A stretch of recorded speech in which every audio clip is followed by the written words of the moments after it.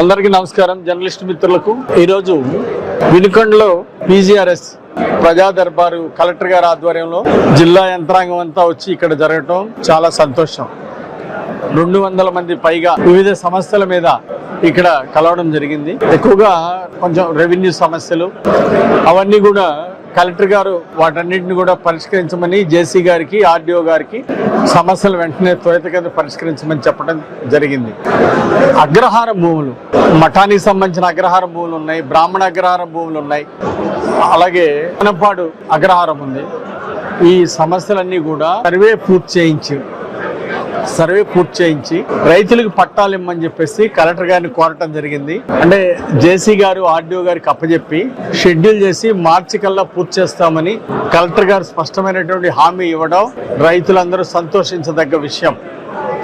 ఖచ్చితంగా కలెక్టర్ గారు రైతులకి పట్టాలు ఇవ్వడం ద్వారా రైతుల సమస్యకు శాశ్వత పరిష్కారం దొరుకుతుంది. మన కలెక్టర్ గారు శుక్లా గారి ఆధ్వర్యంలో తప్పనిసరిగా రైతులకి మేలు జరుగుతుందని నేను ఆశాభావాన్ని వ్యక్తం చేస్తున్నా.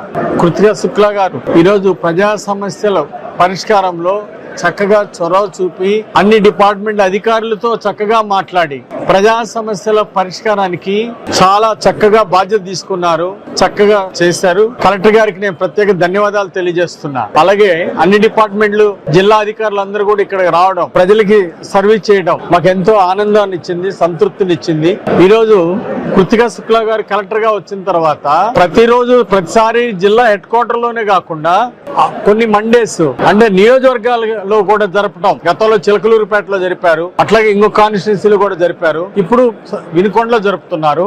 ఇట్లా డీసెంట్రలైజ్ చేయడం వలన ఇది ప్రజలకు ఎంతో సౌఖ్యంగా ఉంటుంది. సో నియోజకవర్గ హెడ్ క్వార్టర్ లో ఇలా పబ్లిక్ గ్రీవెన్స్ పెట్టడం వలన ఈ రోజు అధికారులు ప్రజలకు అందుబాటులోకి వచ్చారు. ఇది ముఖ్యమంత్రి గారు ఆశించిన విధంగా, ముఖ్యమంత్రి చంద్రబాబు గారు ఆదేశాల ప్రకారము ఈ విధంగా నియోజకవర్గ హెడ్ క్వార్టర్ లో జరుగుతున్నందువలన ఈ ప్రజా దర్బారు దీన్ని మరింత ప్రజలు ఎక్కువగా సద్వినియోగం చేసుకోవడం జరిగింది. భవిష్యత్తులో కూడా ఇలాగే కాన్స్టిట్యున్సీ హెడ్ క్వార్టర్ లో కూడా, జిల్లా హెడ్ క్వార్టర్ నర్సరావుపేటతో పాటు అప్పుడప్పుడు ఇలాగే కాన్స్టిట్యున్సీ హెడ్ క్వార్టర్ లో కూడా జరపాలని మేము కలెక్టర్ గారిని కోరుతున్నాము. ఈ వినూత్న ప్రక్రియ చాలా బాగుందని ఈరోజు ప్రజలందరూ కూడా సంతోషపడుతున్నారు. ఇదే సాంప్రదాయాన్ని భవిష్యత్తులో కూడా కొనసాగించాలని చెప్పేసి ఈ సందర్భంగా కలెక్టర్ గారిని కోరుతున్నాము. అట్లాగే మీడియా ముఖంగా జిల్లా అధికారులకు, కలెక్టర్ గారికి, జేసీ గారికి, జిల్లా అధికారులందరికీ కూడా ప్రత్యేక ధన్యవాదాలు తెలియజేస్తున్నాము. ప్రజా దర్బార్ ఈ రోజు ప్రజా సమస్యల పరిష్కారంలో వినుకొండ నియోజకవర్గం టాప్ 35 లో ఉంది.